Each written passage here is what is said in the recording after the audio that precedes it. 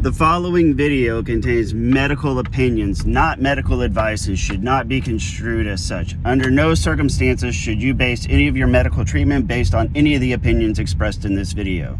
This video's author is a citizen of the United States of America whose freedom of speech is protected by the First Amendment of the Constitution of the United States.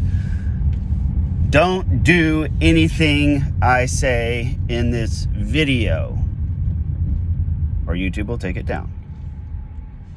Because they're fascists. I'm mad. I'm really mad. In case you can't tell. I read this morning on the FDA's website about a specific drug that is not experimental. Okay, it's been around for a while. Okay, it's used for parasites and parasitic infections. It's a veterinary drug. I'm not going to say the name of it, but I can give you a hint. If you know anything about canning, preserves, and making jams and fruit preserves and anything like that, you use a material ingredient named pectin.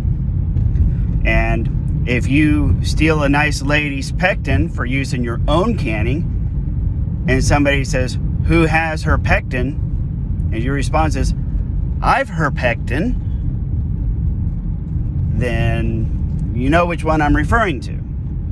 Now, the FDA has released a statement saying that they do not approve of its use for COVID-19, that it is not an antiviral drug, that it has shown no antiviral efficacy, and that there are reports of patients being harmed or dying from self-medicating, and that this medication is dangerous and should not be used by people suffering from COVID-19.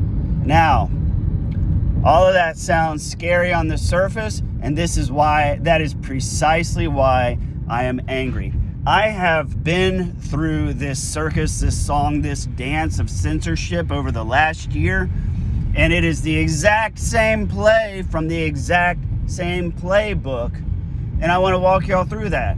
My doctor, who is the controversial doctor who believes in various controversial spiritual beliefs, a year ago said that certain medications can help treat the symptoms of COVID-19, and there is a huge circus all about this. My doctor has since been vindicated. You can look it up. It's Texas Medical Board case 20-8237, where the Texas Medical Board thoroughly investigated the complaints against her and her radical treatments and found no evidence of harm and no evidence of wrongdoing, and they dismissed the complaint without prejudice. And what that means without prejudice is that means future complaints of the same nature will still be investigated. If they had dismissed it with prejudice, they would say this complaint is outlandish, it is ridiculous, and we will not entertain any further complaints of this nature. But that's not what they did. They just dismissed it without prejudice, which means if somebody else complains about the treatment or says that she did something harmful, that they would still investigate it, with a fresh set of eyes. But still, they dismissed it. They found no evidence of wrongdoing. Further studies have come out to corroborate it. She even has a video on Rumble because mainstream social media has all of her accounts banned, demanding an apology. But the science is clear. The medical board has cleared her. There's nothing stopping her from treating patients with these medications. And frankly, think about this for a second, because it's still going around being talked about. If it was poisonous, it would have been settled a long time ago. And I want to bring up the medication of Remdesivir, because where's Remdesivir now? It quietly died, did it not? It quietly died. Why? You can find this on the NIH website. I posted a link in an actual YouTube post, so you can find that under the community tab. the NIH posted a thing where in medical, in jargon, they're admitting that they lied preclinical. If they use soft terms where it basically says if these discrepancies had been, if these assumptions had been blah blah blah, but whatever, it's there. I put the quote. It's disgusting, but yeah, effectively they lied about the results in study. It was toxic. There was toxicity issues with it, and they went to clinical trials and they still charged $3,000 to patients to poison them. And the people were okay with it because they signed a waiver, because they were desperate. Right? But where's Remdesivir now? Well, it doesn't work.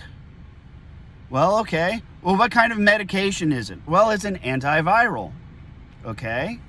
But we know that COVID does not kill through the actual virulence. So the actual virical mechanisms by which it reproduces itself is not the issue. It's the subsequent destabilization of your internal organs and your body's systems that kills people. One of the biggest ways that it kills is by creating an autoimmune condition known as a cytokine storm. Now, this is not rocket science, what I'm going to tell you. There are other autoimmune conditions, like lupus, like rheumatoid arthritis, for which there are autoimmune medications. And I'm not going to say that a lupus medication is applicable for COVID, because it's two different things. But in as much as there's multiple headache medicines, there's aspirin, there's Tylenol, there's Aleve, there's Excedrin, right? You can have a headache, that's the condition, but it can have multiple causes. And if you take a Tylenol, your headache might not respond, so then you try Aleve. Okay, there's a spectrum of headache medicines from which you can make your selections, the most popular of which is Tylenol.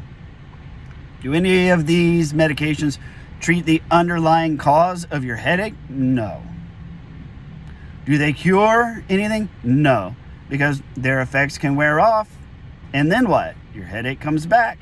And what do? You take another dose until the underlying cause of your headache resolves itself. Which is why the bottle says if symptoms persist for more than 7 to 10 days, consult your physician. Right? So, here's the thing with COVID. Let's just say, for example, let's assume for a minute that we actually do have an effective antiviral medication. Okay? That actually goes in, that targets the virus, that attacks the virus, that kills the virus. Okay? Is that our magic bullet? Hell no, it's not. Because if it's already caused the cytokine storm, once you have that autoimmune condition, it's out of the hands of the virus at that point. That's your immune system killing you, not the virus. Right? There's like, remember Charles Manson, he didn't do any of the killing. Tex did all the killing. And Sharon, and not Sharon Tate, whoever else, his girls or whatever, right? He didn't kill anybody. I didn't kill anybody.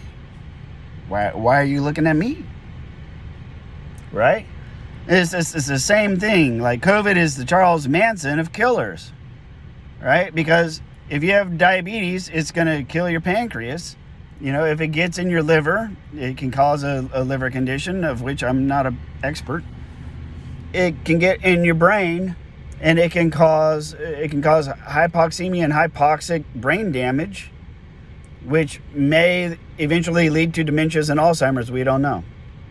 If you've lost your sense of smell and taste, you're probably at risk for developing Alzheimer's or dementia much sooner than you think. That information's coming out. That is scary. Okay? So, for them to say, do not take this medication because people are poisoning themselves when they self-medicate, well, no shit. Yeah, they're not doctors, and they're dumbasses. And they're probably taking the veterinary dose. Yeah, they make it for people, too. Don't be taking the veterinary formulation. I don't know how they're getting their hands on it, but I digress. Right? Remdesivir died quietly, and it was supposed to be the golden child, the golden standard of antiviral medications, and it didn't work. The fact it doesn't work should be taken as such that antiviral medications are not the solution here. They're not. And big deal if the FDA has not approved some of these other medications. They haven't even approved the vaccines yet, and yet they're shoving those down people's throats. They're not approved. They are not FDA approved. And the press secretary told an outright brazen lie about that, to say that they have met the gold standards of FDA approval and that they are FDA approved. No, they have not. They have an emergency use authorization, which is different than saying it is FDA approved, okay? Because to say that it's FDA approved insinuates that they have gone through the rigorous trials and the rigorous red tape and the rigorous process of everything involved in approving vaccines. They haven't. I mean, they're not even approved for children yet. So, I mean, vaccine approval is a long, drawn-out process over years. We've been at this for about a year and a half. We're not there yet. We're getting there. And what you need to know about vaccines, as more and more information is coming out, I'm driven by science. The vaccines are going to be safe for most people, but nothing is 100%. And more cases of vaccine injuries are being reported. Now, at first there was, reasonable doubt. So, for instance, things like Bell palsy, for example. Okay, some people got the vaccine, they developed Bell palsy, right? Big scare. But Bell palsy is already a condition that naturally develops in people because it has a name, right? It's not the novel palsy condition, is it? No. And so whenever you read pieces like this about vaccine injury, the first question everybody needs to ask is, okay, well, what is the rate of Bell palsy in the unvaccinated in this same region? Because you can't just look at the vaccinated people and the adverse events there. You have to look at the incident rate in the unvaccinated as well as the vaccinated in that given region and compare it to other regions of the world. And you would think, the assumption is there, that before people go ringing the warning bells that they would do that kind of work. But let's be honest, no, nobody does that kind of homework. They go for the quick, easy headline because they care about clicks and money. They're trying to pay their mortgage too. So you have to really, really, really exercise healthy, not sarcasm, skepticism. Healthy skepticism, not unhealthy skepticism. Just healthy skepticism. Just say, okay, well, let's prove it. Prove it. Like, that is the one thing that more people need to say. Okay, that's concerning, but prove it. Prove it. And if somebody's unvaccinated, compare it to the vaccinated. If somebody's vaccinated, compare it to the unvaccinated. We need to do those types of exercises. The fact that a medication is not antiviral is irrelevant because it's not the actual virulent activity that kills people. It's the conditions that arise from the infection. People die of secondary bacterial pneumonias. So if you treat the bacterial pneumonia before it develops, it won't develop. People die from autoimmune conditions. If you give them autoimmune medication before the autoimmune condition develops, they will be fine. It will be fine. Seriously. Everybody needs, and there's multiple vaccines now. Okay, there's Johnson & Johnson, Novavax is coming out. They're all different.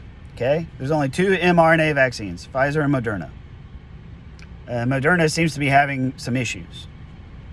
Pfizer, not so much, but maybe they're just really good at getting the reports suppressed. I don't know.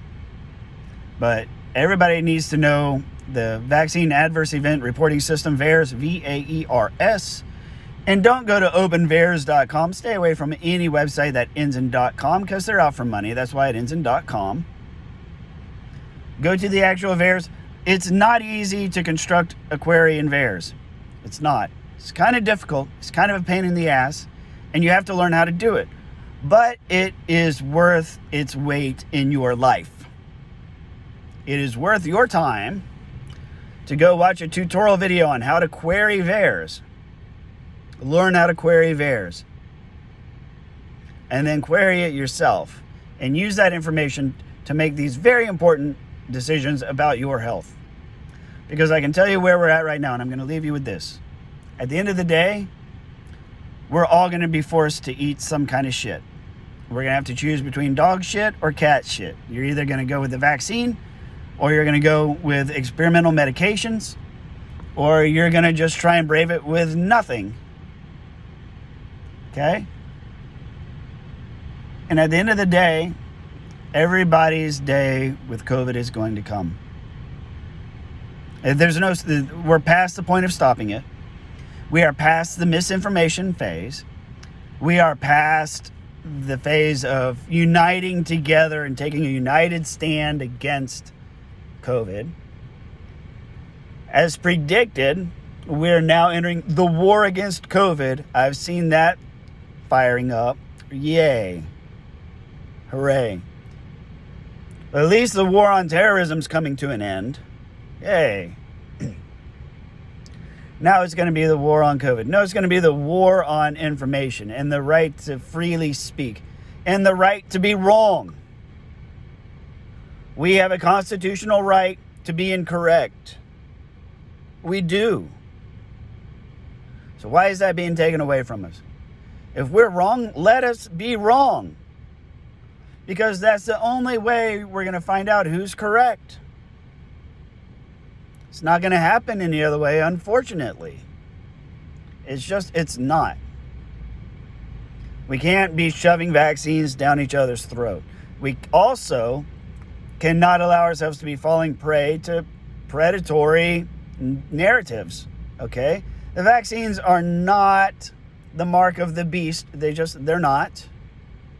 And they do work for a lot of people.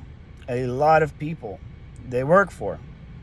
But for the people who get injured by them, they're the ones that must live with the injury. And so, before you become one of those people, you need to do your homework. And lastly, I think I already said this, keep an open mind. It doesn't matter. It is unimportant if you're correct. Everybody wants to be right. That's not what matters. What matters more is determining what is wrong. Proving yourself wrong, proving narratives wrong. Instead of focusing on being correct and why you're correct. Focus on identifying what is wrong for you. It might not be wrong for somebody else. So don't push that on them. Okay? What's wrong for you may very well be right for somebody else. Remember that. We all need to get a little more quiet so that we can hear the ones crying for help. We can't hear them right now because we're too busy fighting over who's got the better ideology, and that's not going to help anybody. Anyways, curious to hear your thoughts.